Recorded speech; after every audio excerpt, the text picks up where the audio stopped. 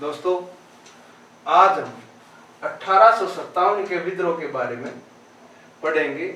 क्या 1857 का विद्रोह था, क्या इसके कारण थे और क्या इसके परिणाम रहे, क्योंकि तकरीबन हर प्रतियोगिता परीक्षा में इसमें से रिलेटेड प्रश्न जरूर से जरूर पूछे जाते हैं। 1857 का विद्रोह, रिवोल्ट ऑफ 1857, पहली बार वीर दामोदर सावरकर ने इसको भारतीय स्वतंत्रता के लिए पहला संघर्ष बोला।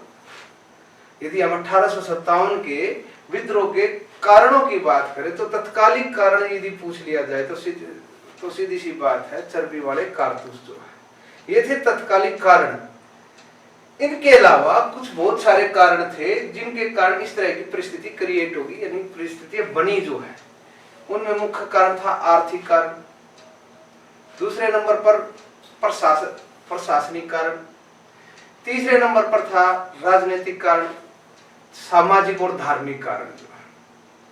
सामाजिक और धार्मिक कारणों में मुख्य रूप से थे हिंदुओं का ईसाई में परिवर्तन जो है, ईसाई धर्म में परिवर्तन जो है अंग्रेजों के द्वारा कराया गया। दूसरा था भारतीय जो परंपराएं थी, जैसे सती प्रथा पर रोक लगा दी गई राजा राम मोहन राय द्वारा, विलियम बेंटिक द्वारा राजा राम मोहन राय के सहयोग से 1829 में। प्रश्न यहां से भी पूछ सकता है, सती प्रथा पर रोक किसने लगाई? विलियम बेंटिक ने लगाई। राजा राम मोहन राय ने के परिणामों के प्रयासों के फलस्वरूप 1829 ये सती प्रथा पता ही होगा आप लोगों को। सती प्रथा थी, अब जब भी किसी औरत का पति एक्सपायर हो जाता, मर जाता, तो साथ में उसको जलाने की एक परंपरा होती थी। यदि हम आर्थिक कारणों की बात करें तो 1813 जो है, 1813 में एक तरफा मुक्त व्यापार की नीति कंपनी ने शुरुआत कर दी थी। एक तरफा मुक्त व्यापार की नीति का मतलब है कि ब्रिटेन से जो सामान भारत पर आता था, आयात जो थे उन पर जो टैक्स लगाया गया वो निम्न था, बिल्कुल जीरो कर दिया गया। और जो सामान भारत से ब्रिटेन भेजा जाता था उन पर कर जो है बड़ी मात्रा में कर लगाए गए। फिर एक राजनीतिक कारणों की यदि बात करें तो राजनीतिक कारणों का सबसे बड़ी बात राजनीतिक कारणों में रही, जैसे कि सहायक संधि। सहायक संधि का जन्मदाता किसको बोला जाता है? वेल्जली। डॉक्ट्रिन ऑफ लैप्स, राज्य हड़प नीति। राज्य हड़प नीति को शुरुआत करने का सबसे पहले प्रयास किया गया था डलहौजी द्वारा। प्रश्न यहां से भी पूछता है, राज्य हड़प नीति के अंतर्गत हड़पा जाने वाला पहला राज्य था सतारा। अब इस बात को थोड़ा सा समझना होगा, राज्य हड़प नीति क्या थी। राज्य हड़प नीति के अनुसार जिस भी राज्य का कोई भी उत्तराधिकारी वैध उत्तराधिकारी नहीं होता था तो अंग्रेज जो है उस चीज को अपन हथिया लेते थे। भाई ठीक है, इस राज्य को सुचारू रूप से चलाने के लिए हम इस पर अधिकार करते हैं। राज्य हड़प नीति का परिणाम राज्य हड़प नीति इसी को बोला जाता था। इसके अलावा कुछ भारी घटनाएं थी। भारी घटनाओं में जैसे कि प्रथम आंग्ल युद्ध था, प्रथम आंग्ल अफगान युद्ध 1838 से 42 जो था। इसके अलावा पंजाब के साथ युद्ध था 1845। यदि हम बात करें कुछ प्रशासनिक कारणों की भी, प्रशासनिक कारणों में एडमिनिस्ट्रेटिव रीजन्स में यदि हम बात करें तो कंपनी के कर्मचारियों के बीच फैला हुआ भ्रष्टाचार जो है, कंपनियों के कर्मचारियों के बीच फैला हुआ भ्रष्टाचार था। पुलिस में बहुत बड़े पैमाने पर भ्रष्टाचार था, अदालतों में न्याय महंगा था। ये वो सारे रीजन थे, जो सारे के सारे कारण थे जिनकी वजह से 1857 से पहले जो है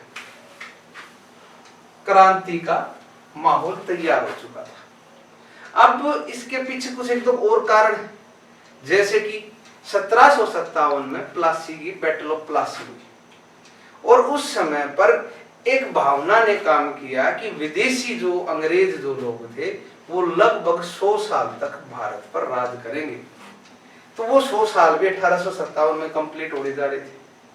इसके अलावा यदि हम बात कर ले 1857 के और रीजन्स की यदि बात करें, जैसे कि हिंदू धर्म के अनुसार समुद्र की जो यात्रा थी वो वर्जित मानी गई थी, परंतु अंग्रेजों ने अपने युद्ध क्षेत्र में भारतीय सैनिकों को समुद्री यात्रा कराई, जो कि धर्म से संबंधित मुद्दा था।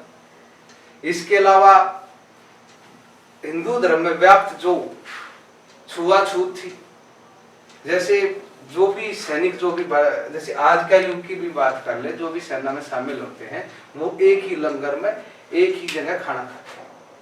वो कहीं ना कहीं उस समय पर छुआछूत की भावना हमारे धर्मों में थी और इसका परिणाम भी नेगेटिव रहा, यानी कि लोगों के मन में अंग्रेजों के प्रति भावनाएं जो है वो नकारात्मक रही। अब इसके बाद यदि हम बात करें, ये वो सारे के सारे रीजन थे जब 1857 की क्रांति के लिए तैयार माहौल जो तैयार कर दिया था, और उसमें चिंगारी का काम किया, क्योंकि उस समय पे एक नई राइफल आई थी, एनफील्ड राइफल। एनफील्ड राइफल में जो कारतूस यूज होता था वो मुंह से छीलना पड़ता था, और एक रूमर यानी कि अफवाह उस समय पे एक रूमर उड़ी कि इसमें गाय और सुअर की चर्बी से बने हुए कारतूस है। गाय हिंदुओं के लिए पवित्र थी, तो सुअर जो है मुसलमानों के लिए अपवित्र था। तो इस रीजन ने चर्बी वाले कारतूस जो थे, चर्बी वाले कारतूसों ने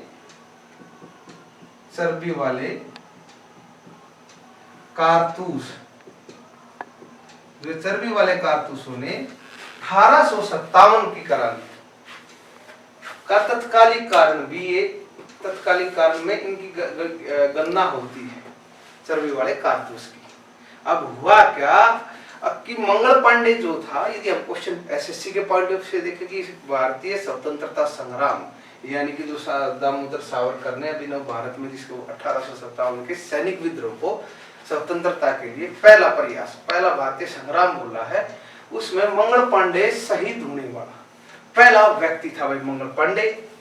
अब यदि हम बात करें मंगल पांडे ने क्या किया था, 29 मार्च 1857 मंगल पांडे ने चर्बी वाले कारतूस को चलाने से मना कर दिया। अब उस मना करने की एवज में 2 अंग्रेज अधिकारियों की गोली मारकर हत्या कर दी, और जिसके परिणाम स्वरूप 8 अप्रैल को, क्योंकि 29 मार्च की घटना थी, 8 अप्रैल को उसको बंदी बनाकर फांसी की सजा दे दी गई। 8 अप्रैल को जो फांसी की सजा दी गई तो सेना में आक्रोश की भावना होगी, और 6 मई पर सैनिकों ने विद्रोह कर दिया, जिसके परिणाम स्वरूप कुछ सैनिकों के हथियार जो है छीन लिए गए। और हथियारों का जो छीनना था, तो सैनिकों के साथ साथ सैनिकों की घर वाले यानी कि उनकी महिलाओं ने, पत्नियों ने भी इस चीज को अपना अपमान के रूप में स्वीकार किया। और 10 मई आते आते जो है एक क्रांति का बिगुल बजा, यानी क्रांति की शुरुआत हो चुकी थी। अब क्रांति की शुरुआत थी तो अब देखिए दिमाग में एक रीजन और था। रीजन क्या था, अब अभी भी भारतीय जनता जो थी दिल्ली में बैठे बूढ़े बहादुर शाह जफर को भारत का सच्चा और वास्तविक शासक मानती थी, और अंग्रेजों को अभी भी विदेशी मानते थे। अंग्रेजों द्वारा की गई घोषणा की 1857 के बाद, यानी कि हम कह सकते हैं कि लाल किले में निवास करने वाला अंतिम शासक था बहादुर शाह जफर, क्योंकि अंग्रेजों ने घोषणा की थी अब इसके बाद इसके उत्तराधिकारी जो है वो लाल किले में निवास नहीं करेंगे। ये भावना भी लोगों के मन में थी। अब जैसे ही 10 मई 1857 को बैरकपुर की छावनी से विद्रोह की शुरुआत हो जाती है।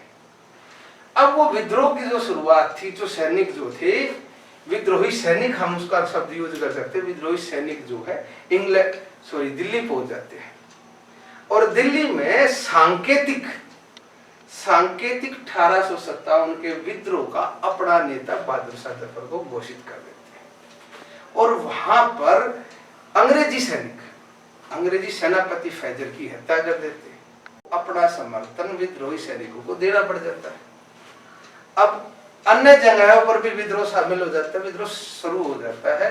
यहाँ से भी पर्सन यूपीएससी है, यूपीपीसीएस है या अपर लेवल के एसएससी वगैरह भी आपसे पूछ लेती है अब कौन सी जगह से किन किन नेताओं ने विद्रोह का नेतृत्व करा। यदि दिल्ली की बात करें तो दिल्ली से था बहादुर शाह जफर, परंतु वास्तविक कौन था? बख्त खां। बख्त खां था उसका वास्तविक सेना नायक। और यदि सांकेतिक की बात करें तो बहादुर शाह जफर जो है।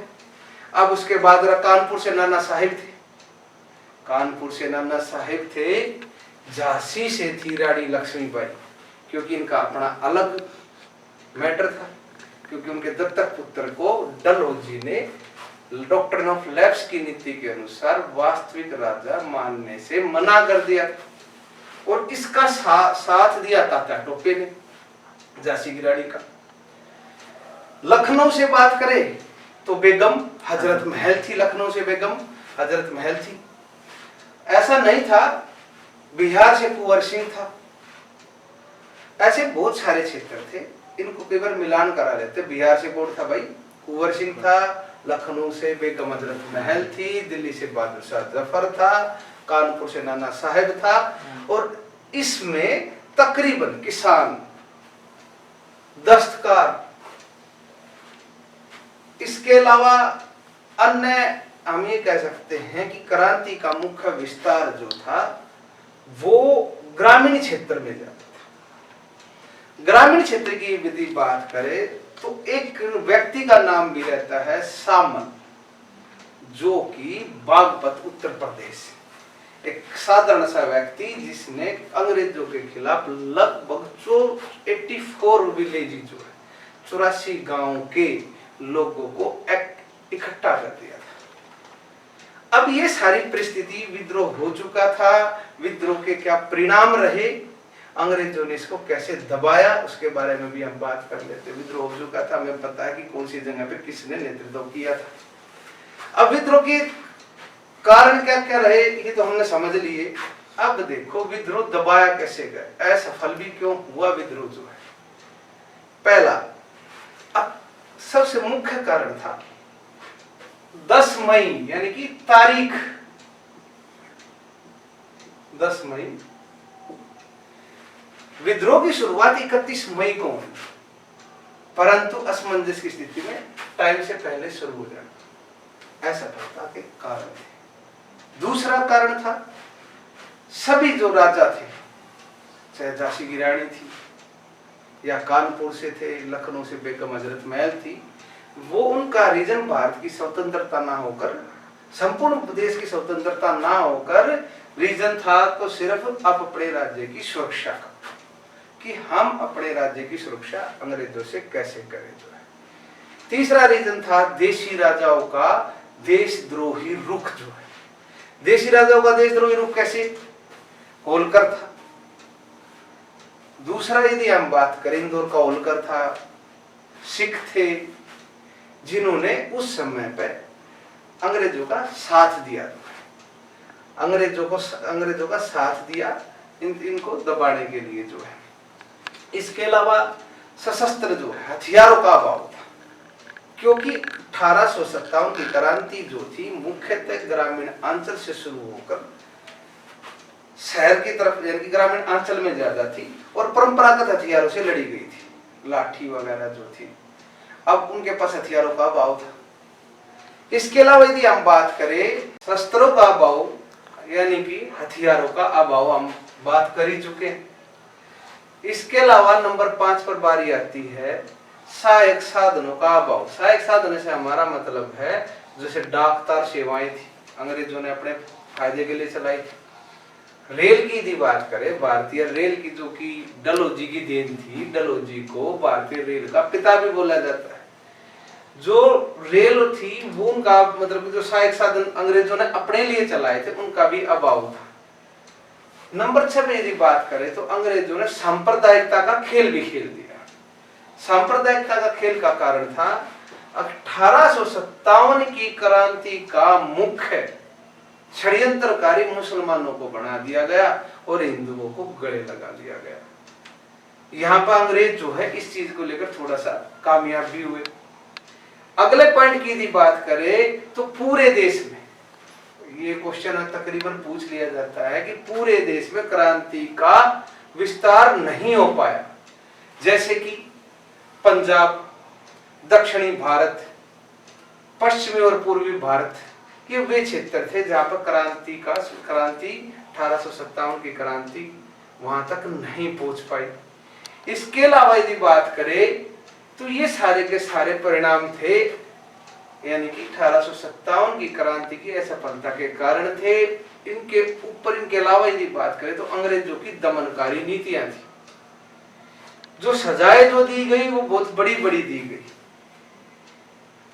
दूसरी तरफ बहादुर शाह जफर के पुत्र की हत्या कर दी गई। ये सारे रीजन रहे जो 1857 की क्रांति को दबाने में सहायक रहे। अब 1857 की क्रांति तो खत्म कर दी गई अंग्रेजों के द्वारा। अब इसके बाद आता है कि क्या क्या परिवर्तन हुए, परिणाम क्या क्या रहे 1857 की क्रांति के परिणाम। जो पहला परिणाम, जो कि भारत का गवर्नर जनरल था, यानी कि जो कंपनी का जो शासन था, वो भारत का गवर्नर जनरल किस में कन्वर्ट होकर चला गया भाई, भारत का वायसराय में, यानी कि क्राउन का शासन आ चुका था भारत में। अंग्रेजों ने वो सारे काम करे जिनके, जो कि भारतीय जनता यानी कि जिनके खिलाफ थी। जैसे क्राउन का शासन वो लेके आए। वायसराय, भारत का प्रथम वायसराय 1857 की क्रांति की बात करें तो 1857 की क्रांति के समय कौन था भाई, लॉर्ड कैनिंग था। और यदि हम बात कर ले, उस समय वो गवर्नर जनरल था, कंपनी के अधीन था और भारत का पहला वायसराय था। दूसरा, अंग्रेजों ने एक नीति चलाई, अब भाई अब हम इनके धार्मिक कारणों में, यानी कि धर्म से संबंधित मुद्दों पर हस्तक्षेप नहीं करेंगे। तीसरा, महारानी ने घोषणा कर दी कि जो क्षेत्र हमने जीत लिए हैं, यानी कि जो क्षेत्र हमने जीत लिए हैं, जो 1857 की क्रांति में जो इन राजाओं ने मदद की थी अंग्रेजों की, उनको वो क्षेत्रों में कुछ हिस्सा दे दिया गया और बोल दिया गया कि राज्य हड़प नीति जैसी जो नीतियां थी उसका विस्तार अब हम रोक देंगे। जो है ये इसके परिणाम की बात है। इसके अलावा जो सैलरी थी, सैलरी की बात करें तो भारत सचिव जो है, या फिर हम बात कहें कि जो कंपनी का शासन खत्म करके भारत सचिव का शासन भारत में जो है लागू कर दिया गया था। इसके अलावा यदि बात करें तो परिणाम भारतीय जनता में क्या रहे, भारतीय जनता की आत्मशक्ति, आत्मबल में वृद्धि हो गई थी। आत्मबल की वृद्धि का मतलब है कि लड़ने की मनोभावना, लड़ने की भावना जो है जागृत हो चुकी थी। और एक दो परिणाम और है, जैसे कि सेना में परिवर्तन कर दिया गया, क्योंकि अंग्रेजों का मानना था कि जितने भारतीय सेना में भारतीयों की संख्या कम कर दी गई, भारतीयों की सेना संख्या कम कर दी गई। जैसे कि मद्रास और बंबई में 5 भारतीय सैनिकों पर 2 यूरोपीय सैनिक बना दिए गए और बंगाल में इनकी संख्या जो है 2 पर 1 रख दी गई। इसके बाद यदि हम बात करें तो 1861 में अंग्रेजों ने समय समय पर सेना में सुधार के लिए सेना को ब्रिटेन जो है प्रशिक्षित करने के लिए भेजा जाने लगा। इसको बोलते हैं लिंक्ड बटालियन योजना। जो है लिंक्ड बटालियन योजना। अब इसी बीच में एक घटना और घटती है, उसे व्हाइट म्यूटिनी बोलते हैं, श्वेत विद्रोह। श्वेत विद्रोह क्या था कि एक थी रानी की सेना और एक थी वही कंपनी की सेना। जो है कंपनी की सेना को बाहर, जो 1857 से पहले जो है बाहर यदि उनका कोई युद्ध वगैरह होता या बाहर यदि वो जाते तो उनको एक अतिरिक्त भत्ता दिया जाता था। 1857 के बाद जो है वो भत्ता खत्म कर दिया गया कंपनी की सेना का। जो है इसी कारण जो है उन्होंने विद्रोह कर दिया। इसको बोलते हैं व्हाइट म्यूटिनी, जो है श्वेत विद्रोह। जो है यदि हम बात करें, अब इसकी यदि क्वेश्चंस की बात करें, 1857 के रिवोल्ट के क्वेश्चन की बात करें तो पहला क्वेश्चन एसएससी वगैरह कोई भी प्रतियोगिता परीक्षा में यूपीएससी भी पूछ लेती है, यूपीपीसी वगैरह भी पूछ लेती है। 1857 की क्रांति को सर्वप्रथम स्वतंत्रता के लिए प्रथम संग्राम किसने बोला था भाई? वीर दामोदर सावरकर। अभिनव भारत उसकी बुक थी, उसमें इसने लिखा था। यदि हम बात करें अब भाई कौन कौन से क्षेत्र से क्रांति में क्रांति का बिगुल बजा था, जैसे बताया था दिल्ली से बहादुर शाह जफर था, लखनऊ से बेगम हजरत महल थी, झांसी से रानी लक्ष्मीबाई थी। तो तकरीबन ये मिलान आप लोगों से करवा लेगा कौन से क्षेत्र से कौन सा किस व्यक्ति ने कौन से क्षेत्र से नेतृत्व जो है किया था। इसके अलावा क्वेश्चन पूछ लेता है व्हाइट म्यूटिनी क्या है? श्वेत विद्रोह पता होगा, कंपनी की सेना थी, उनका भत्ता खत्म कर दिया गया था। इसके अलावा यदि हम बात करें तो आप लोगों से क्वेश्चन पूछ लेता है लिंक्ड बटालियन योजना क्या है? लिंक्ड बटालियन योजना है कि भारतीय जो सेना थी 1857 के बाद ब्रिटिश भारतीय सेना को समय समय पर ब्रिटेन में प्रशिक्षित करने के लिए भेजा जाता था, इसे लिंक्ड बटालियन योजना बोला जाता है।